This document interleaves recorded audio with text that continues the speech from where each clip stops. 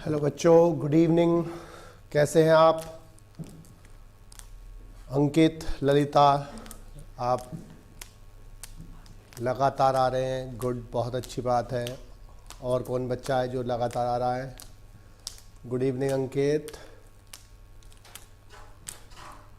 और कोई बच्चा जो आ रहा है कोई? पल्लवी तिवारी, गुड इवनिंग बेटा। और कोई बच्चा नहीं है लाइव में? अंकित, कोई नहीं। अब बेटा चैट थोड़ा कम करना, पढ़ने पर ध्यान लगाना। आज हम एक अच्छा टॉपिक पढ़ने जा रहे हैं, जैव विविधता की क्षति। लेकिन जैव विविधता की क्षति यानी कि डिस्ट्रक्शन या विलुप्त होने को पढ़ने से पहले हमें जैव विविधता का महत्व यानी कि सिग्निफिकेंस पता होना चाहिए। अंकित जी, जो जैव विविधता का महत्व है, जो जैव विविधता है, बायोडायवर्सिटी है, वो इकोसिस्टम यानी कि परितंत्र के लिए आवश्यक होती है।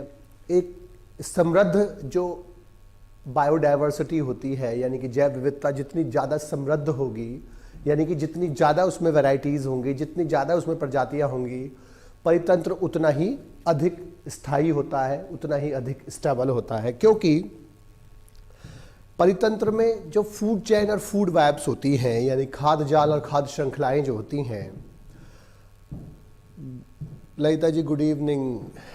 तो जितनी ज़्यादा उसमें जातियां होती हैं, प्रजातियां होती हैं, फूड वेब, खाद्य जाल जितना ज़्यादा कॉम्प्लिकेटेड होता है, जितनी ज़्यादा उसमें प्रजातियां इन्वॉल्व होती हैं, वो खाद्य जाल उतनी ही। हाँ बेटा ललिता जी, दिसंबर तक नहीं, हाँ मतलब 2 जनवरी तक चलेगी क्लास आपकी।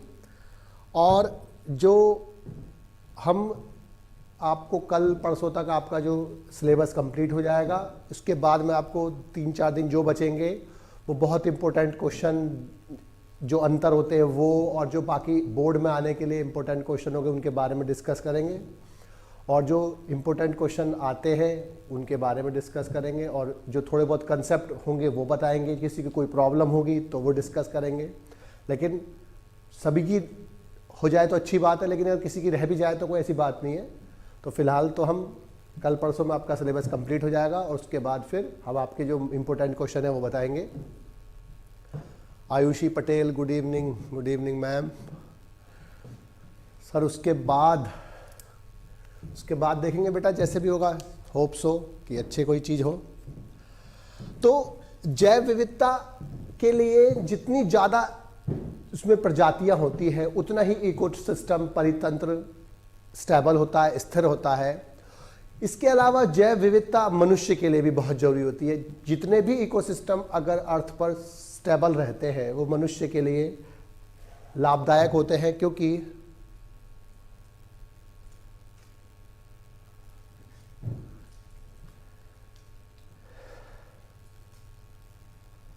अरूप प्रजापति, आप पहली बार आए हो शायद।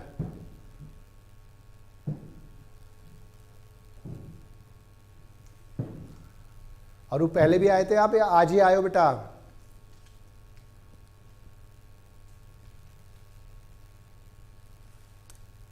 राम मिलन, आप भी पहली बार हैं क्या?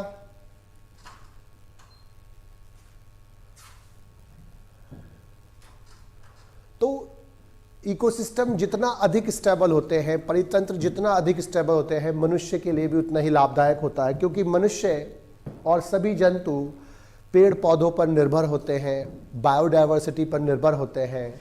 तो जितना अधिक समृद्ध इकोसिस्टम होता है, ओके रोज आते हैं, वेरी गुड। तो जितना अधिक समृद्ध इकोसिस्टम होता है उतना ही अधिक मनुष्य के लिए लाभदायक होता है, और मनुष्य और अन्य जंतुओं के लिए समृद्ध जो जैव विविधता होती है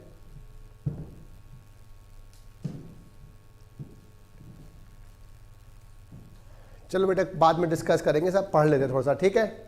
तो जितनी ज़्यादा बायोडायवर्सिटी होगी उतना ही अधिक मनुष्य के लिए अच्छा होगा, फायदेमंद होगा और हमें समृद्ध बायोडायवर्सिटी से, प्लांट से, बहुत सारे एनिमल से बहुत सारे लाभ होते हैं। इनमें से पहला जो लाभ है वो है परितंत्र स्थिरता।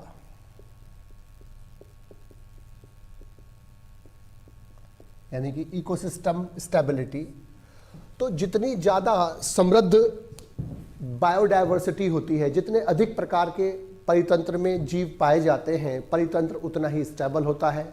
जो बाह्य स्पीशीज आती है उनका भी इन्वेजन नहीं होता, बाह्य स्पीशीज वहाँ नहीं आती, क्योंकि अगर हर जगह का इकोसिस्टम स्थिर होता है, अच्छा रहता है, तो कोई भी बाहर की स्पीशीज जहाँ वो रहती है वो वहीं रहेगी, वहाँ से निकलकर बाहर नहीं आएगी।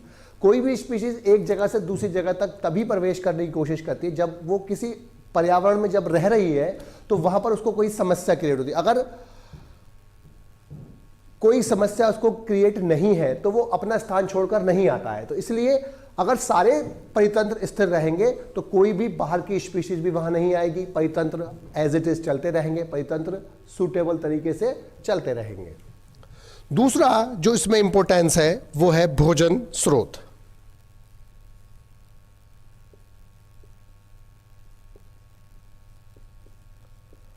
भोजन स्रोत और उन्नत किस्में।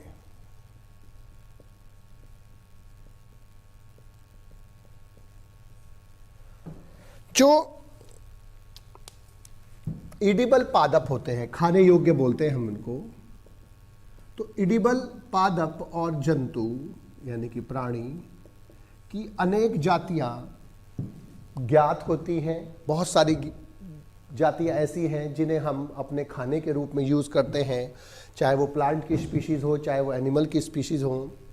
और जो इडिबल पादप है वो हजारों वैरायटीज़ उनकी ज्ञात है, लेकिन पूरे वर्ल्ड की 85% जो फूड की आवश्यकता है, यानी कि जो भोजन होता है, वो 20 प्रजातियों से ही प्राप्त हो जाता है, जिसमें वीट यानी कि गेहूं, राइस, चावल, मेज, मक्का, गन्ना और अन्य प्लांट्स होते हैं जो पूरे वर्ल्ड की 85% जो आवश्यकता है उसको पूरी करते हैं। और कुछ एनिमल स्पीशीज जो मांसाहारी जीव हैं, जो ओमनीवोरस होते हैं, उनके लिए जो एनिमल स्पीशीज है वो भी फूड प्रोवाइड कराती हैं।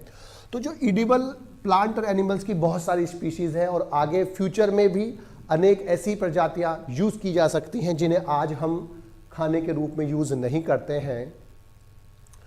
इसी प्रकार से ऐसी एनिमल की बहुत सारी स्पीशीज होती है जिनसे फूड प्राप्त होता है, और अनेक ऐसी स्पीशीज हो सकती हैं फ्यूचर में जिनसे फ्यूचर में फूड मिल सकता है।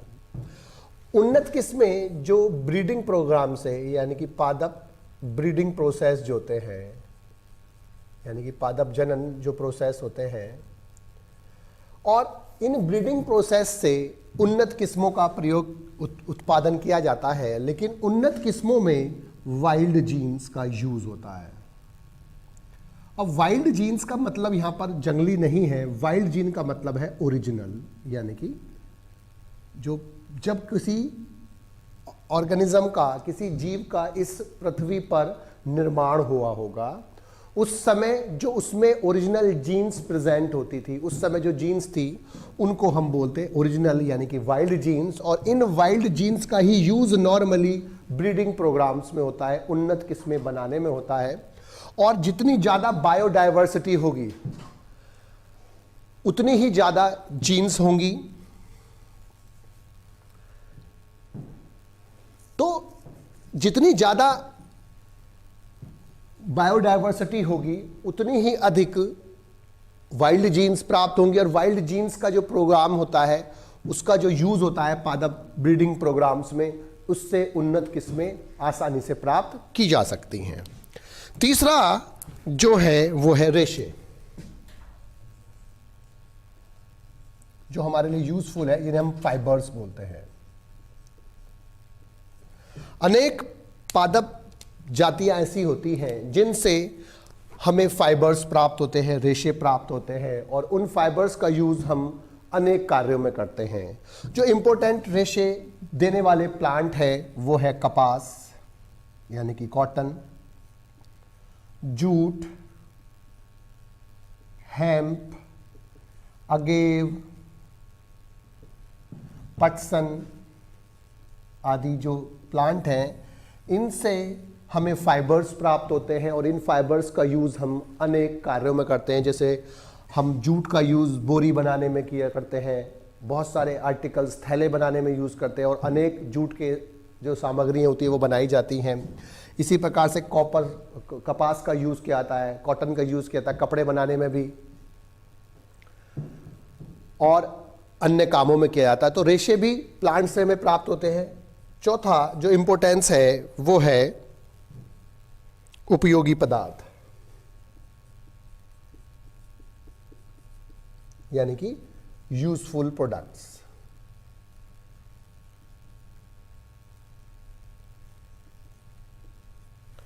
पादपों से हमें अनेक यूजफुल प्रोडक्ट मिलते हैं, जैसे गम्स, गोंद आदि,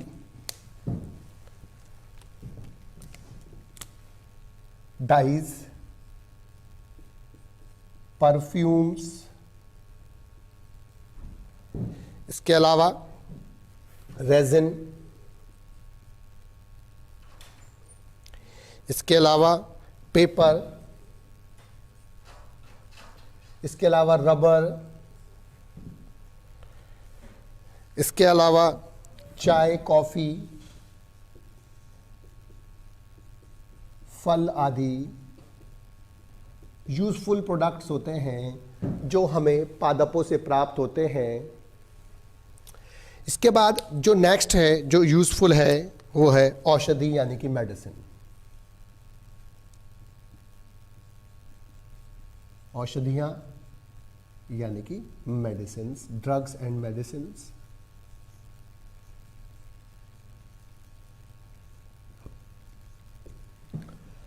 अनेक पादपों से हमें ड्रग्स प्राप्त होती हैं, मेडिसिन्स प्राप्त होती हैं जो हमारे अनेक रोगों के इलाज में यूज़ होती हैं। जो कुछ प्रमुख ड्रग्स हैं वो है नंबर 1 सिनकोना से, जो छाल से प्राप्त होती है कुनैन, और कुनैन का यूज़ मलेरिया के ट्रीटमेंट में होता है, मलेरिया के उपचार में होता है। दूसरा टैक्सोल, जो टेक्सस प्लांट से प्राप्त होती है, यू प्लांट टेक्सस, ये एक एंटी कैंसर ड्रग है। एंटी कैंसर का मतलब ये कैंसर के ट्रीटमेंट में यूज़ होती है, कैंसर को समाप्त करने में यूज़ होती है। इसके अलावा इफिड्रिन प्राप्त होती है इफिड्रा से। इफिड्रा एक जिम्नोस्पर्म है, अनावृत बीजी पादप है, और इस इफिड्रिन का यूज़ श्वसन संबंधी रोगों के उपचार में होता है और एथलीट्स इसको मिसयूज़ करते हैं, इसलिए इसको विदाउट प्रिस्क्रिप्शन नहीं दिया जाता है। इसके अलावा जितने भी आयुर्वेदिक दवाइयाँ होती हैं, जो बाज़ार में आयुर्वेदिक दवाइयाँ प्राप्त होती हैं हमें, वो अधिकांश दवाइयाँ हमें पादपों से प्राप्त होती हैं।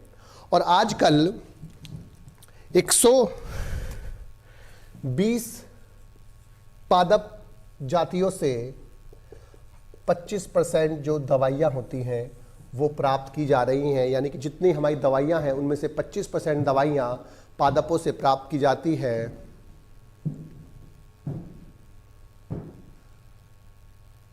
इसके बाद जो लास्ट वैल्यू है वो है साइंटिफिक वैल्यू।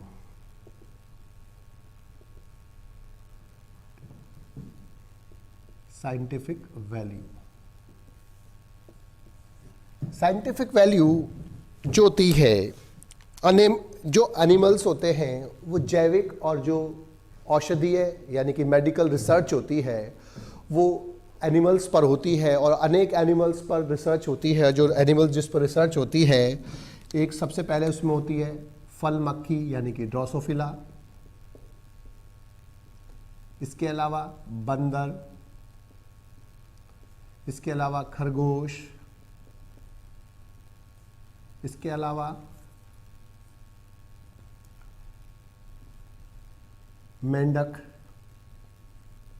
इसके अलावा रैट, चूहे आदि पर अनेक साइंटिफिक और मेडिकल रिसर्च की जाती है। और कोई भी दवाई और वैक्सीन जब नई बनाई जाती है तो मनुष्य को देने से पहले, मनुष्य में यूज़ करने से पहले उन्हें इन एनिमल्स में, इन ऑर्गेनिजम्स में यूज़ किया जाता है। और जब इनके रिज़ल्ट सेटिस्फैक्ट्री आते हैं, जब इनके रिज़ल्ट अच्छे आते हैं, इन पर कोई साइड इफ़ेक्ट नहीं होता है, तब इनको बाद में मनुष्य में यूज़ किया जाता है। तो अनेक जो एनिमल्स होते हैं, अनेक ऑर्गेनिजम्स की साइंटिफिक और मेडिकल रिसर्च में बहुत इंपॉर्टेंट रोल होता है। इसके बाद जो हमें पढ़ना है वो पढ़ना है रिवेट प्रॉपर हाइपोथेसिस।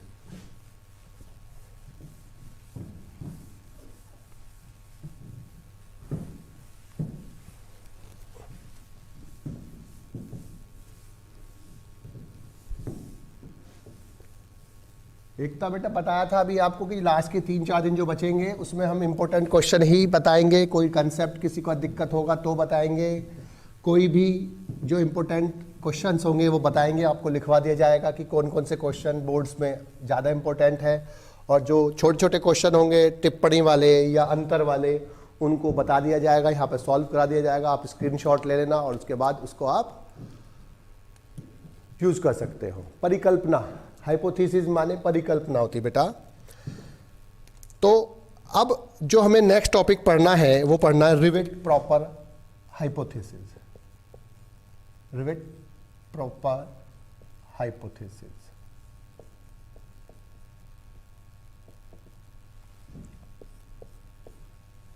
इस हाइपोथेसिस को पॉल एनरिच ने दिया था।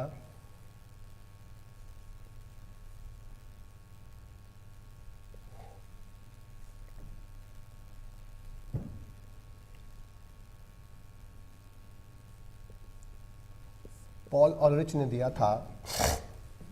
उन्होंने बायोडायवर्सिटी यानी कि जैव विविधता के महत्व को समझाने के लिए कुछ कंपैरिजन किए, कुछ बातें बताई कि उन्होंने बेसिकली 3 कल्पनाएं की। उन्होंने एरोप्लेन को परितंत्र यानी कि इकोसिस्टम से कंपेयर किया। रिवेट का मतलब होता है कीले, जिनसे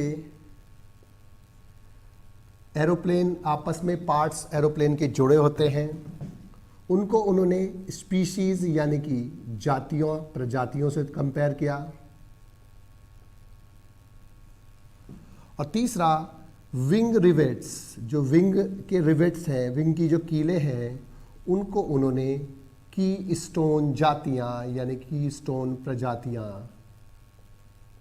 से कंपेयर किया। 3 मेन कंपेयर किए कि उन्होंने जो इकोसिस्टम था, परितंत्र होता है, और परितंत्र इकोसिस्टम का मतलब होता है किसी भी जगह पर पाए जाने वाले समस्त बायोटिक यानी कि लिविंग और एबायोटिक यानी कि नॉन लिविंग जो भाग होते हैं, कंपोनेंट होते हैं, अवयव होते हैं, वो उसको हम क्या बोलते हैं, कलेक्टिवली इकोसिस्टम कहते हैं। तो उन्होंने इकोसिस्टम की महत्ता या बायोडायवर्सिटी की महत्ता को समझाने के लिए एक कंपैरिजन किया कि जो एक इकोसिस्टम होता है वो एक एरोप्लेन के समान होता है, जो उससे एरोप्लेन की जो विभिन्न भाग हैं जो आपस में जुड़े हुए हैं वो कीलों से यानी कि रिवेट से जुड़े हुए हैं। और जो विंग के रिवेट हैं यानी कि विंग की जो कीले हैं, जहां पर जो विंग है उसके, वो की स्टोन प्रजातियां होता है। पहले मैं की स्टोन स्पीशीज या प्रजाति आपको थोड़ा सा बता देना चाहता हूं कि की स्टोन प्रजाति बहुत इंपॉर्टेंट टॉपिक है। ये शॉर्ट नोट में भी पूछ लिया जाता है कभी कभी कि कीस्टोन प्रजाति क्या होती है, और कीस्टोन प्रजाति के 2 या 4 आप एग्जाम्पल लिखें। कीस्टोन प्रजाति वे प्रजाति होती हैं जो किसी इकोसिस्टम पर अपना अधिक प्रभाव डालती हैं, अर्थात जो इकोसिस्टम के कार्य को, फंक्शनिंग को कंट्रोल करती है, वो प्रजातियां की स्टोन प्रजातियां कहलाती हैं। की स्टोन प्रजातियों के नेचर में बहुत एग्जाम्पल है, लेकिन जो आपके सिलेबस में भी है वो है पिजास्टर। पिजास्टर स्टारफिश पहले भी पढ़ी हमने। पिजास्टर एक स्टार फिश होती है जो कार्निवोरस होती है, और वो माइलिटस एक इन्वर्टिब्रेट है, उस पर बेसिकली फीड करती है। जब एक फील्ड एक्सपेरिमेंट से पिज़ास्टर्ड को हटा लिया गया तो इस माइलिटस की जो समष्टि है, पॉपुलेशन है, वो बहुत ज़्यादा होती है, बहुत ज़्यादा हो जाती है, बढ़ जाती है, और ये यहाँ से 10 इन्वर्टिब्रेट स्पीशीज लुप्त हो जाती है। तो पिज़ास्टर वहाँ पर इस माइलिटस की पॉपुलेशन को कंट्रोल करती है, प्लस वहाँ की जो जैव विविधता है उसको बरकरार रखती है। कीस्टोन प्रजाति का जो सबसे इंपॉर्टेंट काम है वो यही है कि एक तो जो जिस पर वो फीड करती है उस पर उसकी जो प्रजाति होती है, उसकी जो समष्टि होती है, उसकी जो पॉपुलेशन होती है वो कंट्रोल में रहती है, और दूसरा वहाँ की बायोडायवर्सिटी मेंटेन रहती है, बरकरार रहती है, स्थिर रहती है। तो कीस्टोन प्रजाति वे प्रजाति होती है जो किसी इकोसिस्टम पर बहुत गहरा प्रभाव डालती हैं, जो इकोसिस्टम के कार्यों को नियंत्रित करती है, फंक्शंस को कंट्रोल करती हैं। इसके अलावा जो एग्जाम्पल है वो अफ्रीकन एलिफेंट,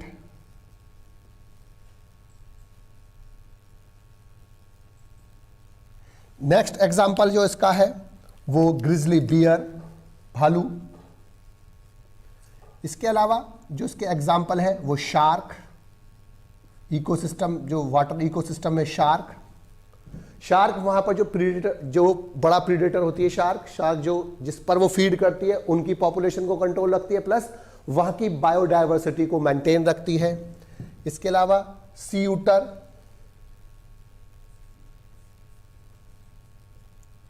इसके बाद लॉयन इन फॉरेस्ट में शेर, क्रोकोडाइल,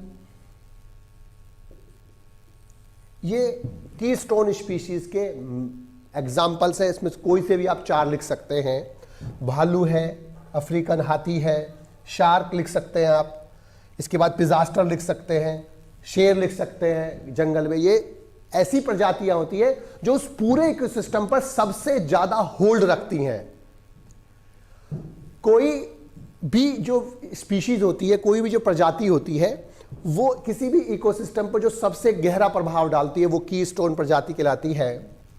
और कीस्टोन प्रजाति का सबसे इंपॉर्टेंट काम हमने अभी क्या पढ़ा, एक तो वो जिस पर फीड करती है उसकी पॉपुलेशन को स्थिर बनाए रखती है, उसको ज्यादा जरूरत से ज्यादा बढ़ने नहीं देती है, प्लस इसके प्रेजेंस से जो वहां की बायोडायवर्सिटी है वो बरकरार रहती है। क्यों? अगर ये जैसे कीस्टोन स्पीशीज पर फीड करती है, अगर ये नहीं होगी तो इसकी स्पीशीज बहुत ज्यादा बढ़ जाएगी।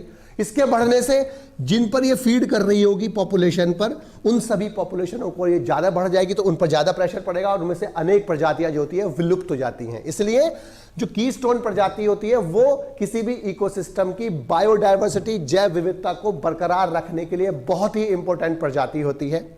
तो उन्होंने क्या कहा कि अगर कोई एरोप्लेन है, हवाई जहाज है, उससे यात्री यात्रा कर रहे हैं और यात्रा करने के बाद हर यात्री एक रिवेट निकाल के अपने घर चला जाए, यानी कि यहां पर एक रिवेट ले जाने का मतलब क्या है कि एक स्पीशीज लुप्त हो जाए। तो उन्होंने क्या कहा कि शुरू में तो कोई खास अंतर नहीं पड़ेगा, किसी ने सीट की रिवेट निकाल दी, कोई दिक्कत नहीं, वो चलता रहेगा एरोप्लेन। तो शुरू में तो रिवेट के ले जाने से, यानी कि उन्होंने कहा कि अगर कोई यात्री, हर यात्री अपने साथ एक रिवेट ले जाए, यानी कि एक स्पीशीज लुप्त हो जाए, तो शुरू में हवाई जहाज पर, एरोप्लेन पर कोई खास प्रभाव नहीं पड़ेगा। यानी कि अगर हम इसको स्पीशीज से कंपेयर करें तो एक स्पीशीज के या 2 स्पीशीज के लुप्त होने से इकोसिस्टम पर भी कोई बहुत खास प्रभाव नहीं पड़ेगा। लेकिन अगर यही प्रोसेस लगातार चलता रहे कि हर यात्री अपने साथ एक रिवेट ले जाए, यानी कि एक स्पीशीज लुप्त हो जाए, लुप्त होती रहे, फिर दूसरी तीसरी लुप्त होती जाए, तो कुछ समय बाद जो हवाई जहाज होगा, एरोप्लेन होगा, वो डेंजरसली कमजोर हो जाएगा, बहुत घातक रूप से कमजोर हो जाएगा और उसके दुर्घटनाग्रस्त होने के चांस बहुत अधिक हो जाएंगे। ऐसी उन्होंने इकोसिस्टम के लिए कहा कि अगर स्पीशीज एक एक करके लुप्त होती रहे तो शुरू में कोई खास इफेक्ट नहीं पड़ेगा इकोसिस्टम पर, लेकिन लगातार स्पीशीज के लुप्त होने से अब इकोसिस्टम डेंजरसली कमजोर हो जाएगा और इकोसिस्टम का नष्ट होना प्रारंभ हो जाएगा। उन्होंने यह भी कहा कि अगर कोई रिवेट ले जाए, कौन सी, विंग्स की, अगर विंग्स की रिवेट ले जाए तो क्या होगा कि जो इकोसिस्टम है, वो सॉरी एरोप्लेन है, वो तेजी से, अब वो दुर्घटनाग्रस्त होने के चांस बढ़ जाएंगे, अर्थात वो कमजोर हो जाएगा तेजी से। और रिवेट को उन्होंने किससे, विंग रिवेट को उसने किससे कंपेयर किया, कीस्टोन रिजर्व से। यानी कि अगर किसी परितंत्र में कीस्टोन स्पीशीज लुप्त हो जाती है, नष्ट हो जाती है, तो वहां पर जो बायोडायवर्सिटी है वो तेजी से नष्ट होगी, अनेक जातियां विलुप्त होगी और परितंत्र जो होगा वो डेंजरसली कमजोर हो जाएगा और परितंत्र के नष्ट होने के चांस बढ़ जाएंगे। तो उन्होंने इकोसिस्टम की अंदर उपस्थित बायोडायवर्सिटी को, यानी कि जैव विविधता को एक्सप्लेन करने के लिए, उसके महत्व को एक्सप्लेन करने के लिए कंपैरिजन किया एरोप्लेन को इकोसिस्टम से, परितंत्र से, रिवेट यानी कि कीलो को स्पीसीज से, और विंग रिवेट्स को कीस्टोन प्रजातियों से। उनका 2-3 लाइनों में क्या कहना था कि अगर शुरू में रिवेट ले जाएंगी तो एरोप्लेन पर कोई प्रभाव नहीं पड़ेगा, लेकिन धीमे धीमे लगातार होने से कुछ समय बाद एरोप्लेन डेंजरसली कमजोर हो जाएगा और वो नष्ट हो जाएगा। इसी प्रकार से उन्होंने कहा कि अगर विंग की रिवेट ले गया तो वो जल्दी ही जो एरोप्लेन है वो नष्ट हो जाएगा और वो डेंजरसली वीक हो जाएगा। इसी प्रकार से उन्होंने परितंत्र के संदर्भ में क्या कहा कि अगर एक स्पीशीज लुप्त होती रहे, प्रारंभ में उस पर इकोसिस्टम पर कोई बहुत ज्यादा प्रभाव नहीं पड़ेगा, लेकिन अगर यही प्रोसेस लगातार चलता रहे, स्पीशीज लुप्त होती रहे, तो धीमे धीमे इकोसिस्टम में कुछ समय बाद इकोसिस्टम जो था कमजोर हो जाएगा और उसके नष्ट होने के चांस बढ़ जाएंगे। इसी प्रकार से विंग रिवेट्स के हटने से एरोप्लेन का नष्ट जल्दी हो रहा था। इसी प्रकार से अगर कीस्टोन प्रजाति वहां से लुप्त हो जाती है तो इकोसिस्टम की जो बायोडायवर्सिटी है वो तेजी से नष्ट होगी, अनेक जातियां तेजी से विलुप्त होगी, इकोसिस्टम के नष्ट होने के चांस तेजी से बढ़ जाएंगे। अब इसके बाद जो हमें पढ़ना है वो पढ़ना है इकोसिस्टम में या किसी भी जगह पर जो बायोडायवर्सिटी होती है उसका क्षति, जो बायोडायवर्सिटी की क्षति होती है, यानी कि जैव विविधता की क्षति, जैव विविधता क्षति,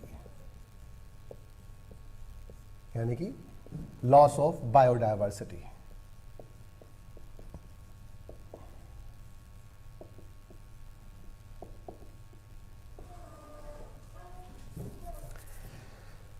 जो स्पीशीज का लुप्त होना होता है वो नेचर में भी होता रहता है, लेकिन नेचर में स्पीशीज का लुप्त होना बहुत ही धीमी प्रक्रिया है, बहुत कम स्पीशीज विलुप्त होती हैं। लेकिन मनुष्य के क्रियाकलापों से जो नेचर में जो जातियां हैं, जीवों की जो प्रजातियां हैं, उनके विलुप्त होने का जो चांस है वो ज़्यादा बढ़ गया है। मनुष्य की बढ़ती पॉपुलेशन, बढ़ती जो समष्टि है, उसके कारण जो प्राकृतिक संसाधन है, नेचर है, उस पर बर्डन ज़्यादा पड़ रहा है, उस पर यूज़ ज़्यादा हो रहा है, उसका दोहन अधिक हो रहा है। इसके कारण जो नॉर्मल प्रजातियां आसानी से सर्वाइव करती थी, अब उनका सर्वाइव करना मुश्किल हो रहा है और जो बायोडायवर्सिटी है उसकी हानि हो रही है, क्षति हो रही है और वो विलुप्त होती जा रही है। अब जो सबसे इंपॉर्टेंट फैक्टर है जो लॉस ऑफ बायोडायवर्सिटी है वो है हैबिटेट लॉस। हैबिटेट लॉस यानी कि जो आवास हैं उनका नष्ट होना, आवासों का नष्ट होना, जीवों के आवासों का नष्ट होना सबसे इंपॉर्टेंट फैक्टर है जिसके कारण बायोडायवर्सिटी का लॉस होता है, यानी कि जैव विविधता क्षति होती है, यानी कि प्रजातियां विलुप्त होती है। मनुष्य के डायरेक्ट प्रभाव से प्रजातियां लुप्त नहीं होती, लेकिन मनुष्य के क्रियाकलापों से इनडायरेक्टली जो जीवों का आवास है वो नष्ट हो रहे हैं, उनके नष्ट होने से प्रजातियां विलुप्त हो रही हैं।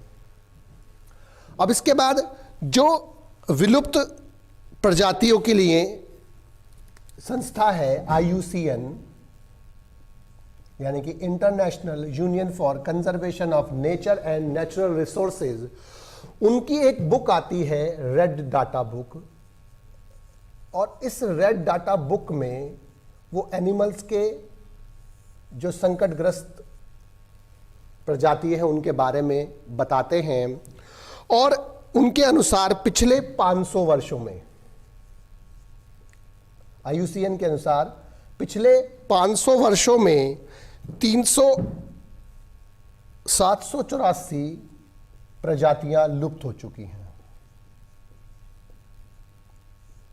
विलुप्त हुई हैं। और इसमें से 338 जो प्रजाति हैं वो पृष्ठधारी की हैं, यानी कि वर्टिब्रेट्स की हैं, और जो अपृष्ठधारी हैं यानी कि इनवर्टिब्रेट्स और प्लांट्स यानी कि पादप। पादप की जो वैरायटी, जितनी प्रजाति लुप्त हुई है वो 87 के आसपास है, जो पादपों की वैरायटी विलुप्त हो गई हैं। और 359 प्रजाति इनवर्टिब्रेट्स की है जो पिछले 500 वर्षों में लुप्त हुई हैं। और IUCN के अनुसार जो पिछले 20 वर्षों में विलुप्त हुई है वो 27 प्रजातियां विलुप्त हो गई हैं। तो पिछले 500 वर्षों में 784 प्रजातियां विलुप्त हुई और पिछले 20 वर्षों में 27 प्रजातियां विलुप्त हो चुकी हैं। और जो सबसे रिसेंट यानी कि सबसे पिछले आसपास के समय से जो प्रजातियां विलुप्त हुई हैं वो प्रमुख प्रजातियां हैं। एक है, पहली है मॉरिशस से। मॉरिशस से जो प्रजाति विलुप्त हुई है वो है डोडो पक्षी।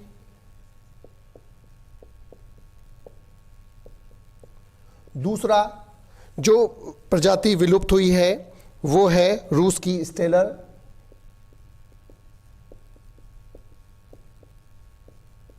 Stellar sea cow. तीसरी जो अफ्रीका की क्वागा।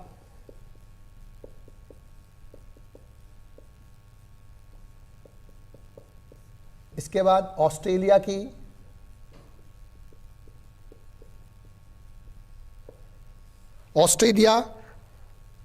की जो प्रजाति है वो है थाइलेसिन। और पांचवी भारत में बाघ की 3 उपप्रजातियां,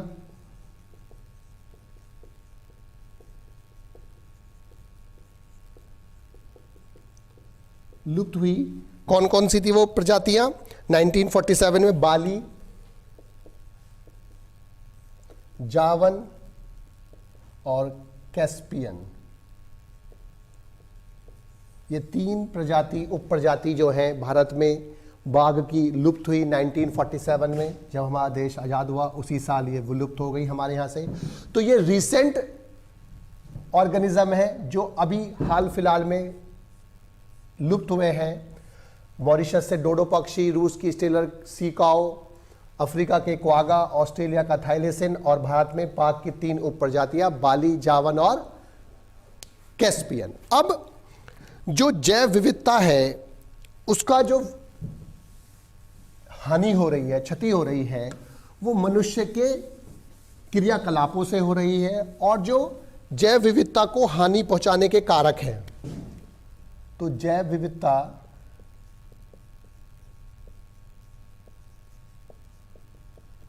क्षति के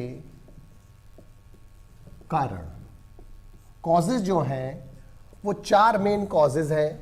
नंबर 1 है प्राकृतिक आवासों का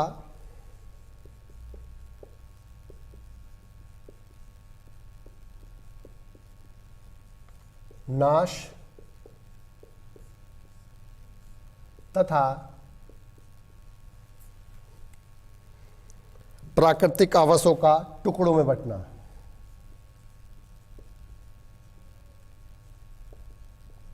यानी कि हैबिटेट डिस्ट्रक्शन और हैबिटेट फ्रेगमेंटेशन।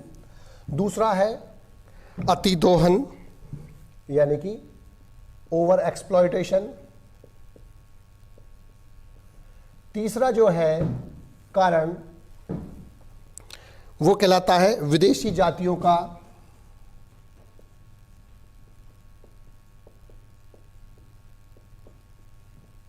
आगमन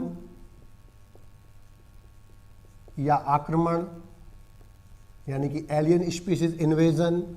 और चौथा जो है वो है को एक्सटिंक्शन, यानी कि सह विलुप्तीकरण।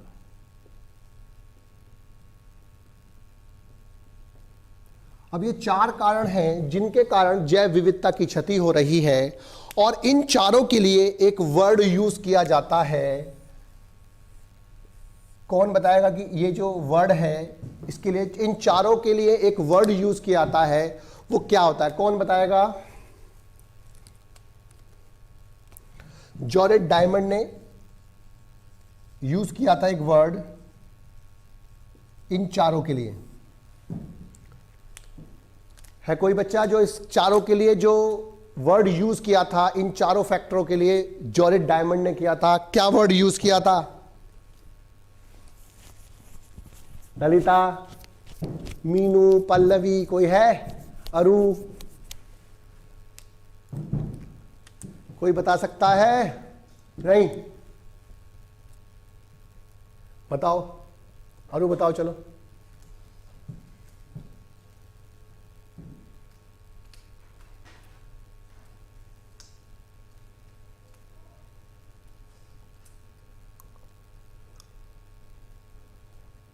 जवाब नहीं आ रहा है?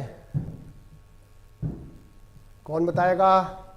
ललिता, पल्लवी, अरु, कोई तो बताओ। नहीं? नहीं बता रहा कोई भी?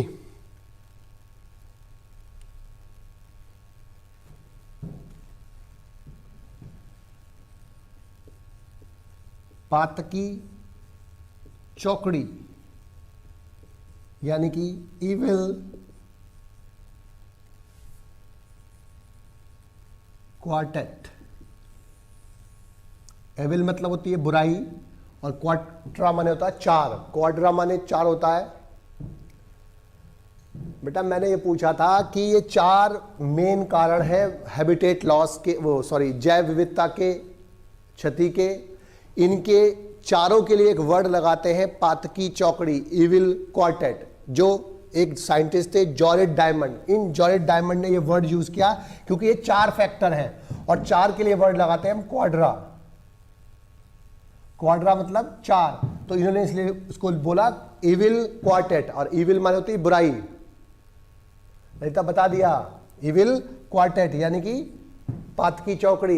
इससे बेटा ये पता चलता है कि आप पढ़ के नहीं बैठते हो, टॉपिक जो चलना होता है उसको पहले घर से पढ़कर बैठा करो पढ़ने के लिए, ज्यादा अच्छा क्लियर होता है। मीनू चौधरी, ललिता, ठीक है बेटा।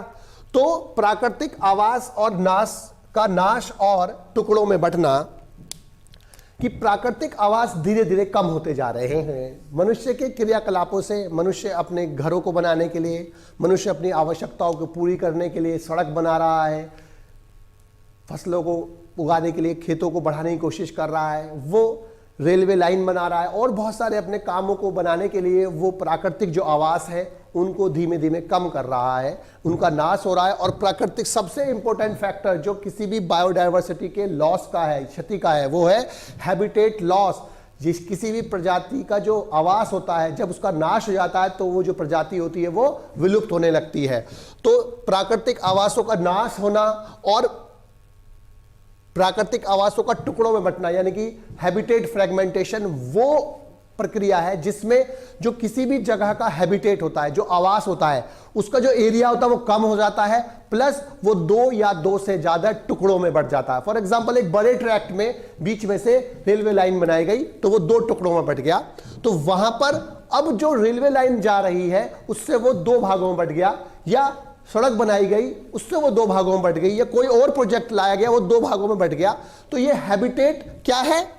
टुकड़ों में बंटना होता है, यानी कि फ्रेगमेंटेशन है। और फ्रेगमेंटेशन से भी और हैबिटेट के कम होने से भी दोनों से ही प्रजाति विलुप्त होती है। अब जब रेलवे लाइन जंगलों के बीच में से जाती है तो अनेक बार हाथी और अन्य कोई जंतु होते हैं वो रेलवे के आगे आ जाते हैं लाइन में और वो ट्रेन से कटकर मरने लगते हैं। तो इस प्रकार से भी हैबिटेट के लॉस होता है और लॉस होने से जीवों का मृत्यु होती है।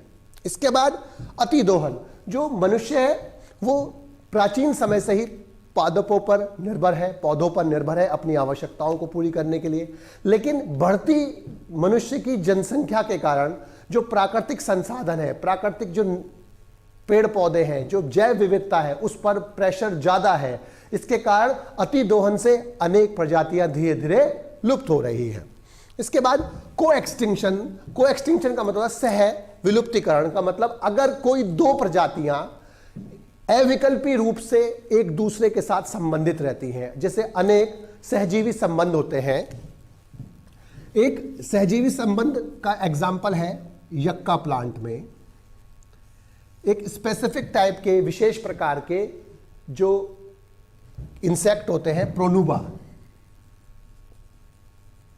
ये प्रोनुबा जो कीट होता है ये ही इसके अंदर पॉलिनेशन करता है, परागण करता है। इसके अलावा कोई कीट इसमें पॉलिनेशन नहीं करता, परागण नहीं करता। अब यक्का प्लांट का पॉलिनेशन इससे होगा और इसको कीट को इससे भोजन प्राप्त होता है, जिससे दोनों का सर्वाइवल होता है, दोनों बचते हैं। लेकिन अगर ये प्लांट विलुप्त हो जाए तो इसके साथ ये अपने आप विलुप्त हो जाएगा, या अगर ये विलुप्त हो जाए तो ये अपने आप विलुप्त हो जाता है। जब कोई दो जीव इस प्रकार से साथ साथ रहते हैं कि दोनों का अस्तित्व साथ साथ रहता है तो एक के विलुप्त होते ही दूसरा ही विलुप्त हो जाता है। इसी प्रकार से अगर कोई फिश की जाति लुप्त हो जाती है तो उसके ऊपर जो परजीवी होते हैं, अनेक जो छोटे छोटे ऑर्गेनिज्म उस पर परजीवी होते हैं जो उसको पैरासाइट बनाते हैं, तो जो उसको होस्ट बनाते हैं, जो पैरासाइट होते हैं, तो उस फिश की जाति के मरने के बाद, उसके विलुप्त होने के बाद वो जो प्रजाति होती है वो भी विलुप्त हो जाती है। इसे बोलते हैं हम कोएक्सटिंक्शन। विदेशी जातियों का आगमन या आक्रमण, अगर कोई विदेशी जाति बाहर से जानबूझकर लाई जाए या वो अपने आप आ जाती है, यानी कि डेलिबरेटली आए या वो अनइंटेंशनली आए, तो वो आने पर हो सकता है वो प्रजाति वहां पर जाकर अपने आप को अच्छी तरह से सेटल कर ले और वहां की जो लोकल प्रजातियां हैं, जो वहां की देशज प्रजातियां हैं, उनके लिए खतरा हो जाए और वो वहां से लुप्त हो जाए। नेचर में अनेक ऐसे एग्जाम्पल्स हैं जो विदेशी जातियों के एक्सोटिक स्पीशीज के आने से वहां की जो जातियां हैं उनका विलुप्तीकरण होता है। जैसे छोटा सा एग्जाम्पल इकार्निया है, वाटर हायासिंथ बोलते हैं इसको। वाटर हायासिंथ जो होता है, जलकुंभी बोलते हैं हिंदी में। ये जलकुंभी भारत में लाया गया था पोल्यूशन को कम करने के लिए, लेकिन ये ऑफसेट से वेजिटेटिव रिप्रोडक्शन करता है, यानी कि कायिक जनन करता है और अपनी संख्या बहुत तेजी से बढ़ाता है। और ये किसी भी प्लांट जो वाटर सोर्स होता है, कोई भी वाटर की जो बॉडी होती है, वहां पर एक बार पहुंचने के बाद ये अपना रिप्रोडक्शन बहुत तेजी से करता है, अपना जनन। सर सहजीवी क्या होते हैं? शानी मौर्य। सहजीवी बेटा एक दो ऐसे जीव जो इस प्रकार से एक दूसरे के साथ रहते हैं कि दोनों एक दूसरे को लाभ पहुंचाते हैं और उनका ये संबंध अविकल्पी हो। अगर अविकल्पी का मतलब कि दोनों अगर साथ साथ होंगे तो सरवाइव करेंगे और अगर दोनों साथ साथ नहीं है तो सरवाइव नहीं करेंगे। तो इस संबंध को हम बोलते हैं सहजीवी संबंध। बेस्ट एग्जांपल है राइजोबियम जीवाणु और मटर कुल के पौधों की जड़ों के अंदर पाए, जो मटर कुल के पौधे हैं उनकी जड़ों में सहजीवी जीवाणु राइजोबियम पाया जाता है। राइजोबियम मटर की और जो अन्य दलहनी फसलें हैं उनमें जो रूट होती है, जड़ होती है, उनके अंदर गांठें पाई जाती है, नोड्यूल्स पाए जाते हैं, उसके अंदर प्रेजेंट होते हैं और वहां वो नाइट्रोजन का फिक्सेशन करते हैं, नाइट्रोजन को स्थिरीकरण करते हैं, जिससे नाइट्रोजन प्लांट्स को उपलब्ध हो जाती है। इसके बदले में सहजीवी जीवाणु को मिलता है खाना और वहां पर बैठे बैठे प्रोटेक्शन, सुरक्षा मिलती है और दोनों एक दूसरे को लाभ पहुंचाते हैं। यानी कि एक ऐसा संबंध जिसमें दो जीव एक दूसरे को लाभ पहुंचाए और दोनों का जो ये संबंध होता है वो अविकल्पी हो, अर्थात दोनों अगर अलग अलग हो जाए तो वो सरवाइव नहीं करते, उन्हें हम म्यूटलिज्म या सिम्बायोसिस बोलते हैं। तो पहला है वाटर हाइसिंथ। तो ये इंडिया में जब आया तो इसने जिस पानी की बॉडी में ये पहुंच गया वहां पर ये बहुत तेजी से रिप्रोडक्शन करता है ऑफसेट से, और अपनी संख्या बहुत तेजी से बढ़ाता है, और ये वहां की सारी ऑक्सीजन यूज कर लेता है, और इससे वहां पर जो प्लांट और एनिमल स्पीशीज होती है वो मरने लगती है, और वहां पर वो विलुप्त होने लगते हैं, वहां से वो समाप्त होने लगते हैं। दूसरा जो एग्जाम्पल है जो विदेशी जातियों के आक्रमण का है वो है लेक विक्टोरिया में। लेक विक्टोरिया में, विक्टोरिया लेक में जो है ईस्ट अफ्रीका में प्रीडेटर फिश जो थी इंट्रोड्यूस की गई, नाइल पर्क। और इस नाइल पर्क ने वहां की जो नॉर्मल जाति जो थी फिश की, वहां से उन्होंने उसको विलुप्त कर दिया, वहां से वो धीमे धीमे विलुप्त होने लगी। इसके अलावा लैंटेना और पार्थीनियम, पार्थीनियम को हम गाजर घास कहते हैं, यानी कि कैरेट ग्रास। ये टॉक्सिक सब्सटेंस, विषाक्त पदार्थ छोड़ते हैं, और जिससे वहां की जो नॉर्मल प्रजातियां होती है वो धीमे धीमे लुप्त होती है। पार्थीनियम का एक जगह यूज और होता है। पार्थीनियम जो होता है वो एलर्जी उत्पन्न करते हैं, एलर्जी, और इसको बोलते हैं हम हे फीवर। पार्थीनियम एलर्जी उत्पन्न करते हैं और इसको बोलते हैं हम हे फीवर। तो पार्थीनियम और लैंटेना जो होते हैं वो विषाक्त पदार्थ छोड़ते हैं, टॉक्सिक सब्सटेंस छोड़ते हैं, जिससे वहां पर जो अन्य पादप होते हैं, वो अन्य जो जीव की प्रजातियां होती हैं वो धीमे धीमे लुप्त होने लगती हैं। इसके अलावा एक एग्जाम्पल और है, वो है इंडिया में एक्वाकल्चर के लिए अफ्रीकन कैटफिश इंट्रोड्यूस की गई। अफ्रीकन कैटफिश, अफ्रीकन कैटफिश के आने से यहां की जो इंडियन कैटफिश है, जो नॉर्मल प्रजाति थी यहां पर, वो धीमे धीमे लुप्त होने लगी। ये 4 एग्जाम्पल हैं जो विदेशी जातियों के आक्रमण से या इन्वेजन से होते हैं। कल जो है हम रेड डाटा बुक और जो वहां पर विभिन्न प्रकार के जो जीव लुप्त हो गए हैं उनके बारे में पढ़ेंगे, और उनके लुप्त होने के लिए जो संरक्षण करने के लिए जो तरीके अपनाए जाते हैं, इन सिटू कंजर्वेशन और एक्स सिटू कंजर्वेशन, वो पढ़ेंगे। सभी बच्चों से रिक्वेस्ट है कि पहले उसको पढ़ के रखें, और पढ़ के रखने के बाद फिर यहां पर पढ़ें, जिससे आपको आसानी से समझ में आ जाए।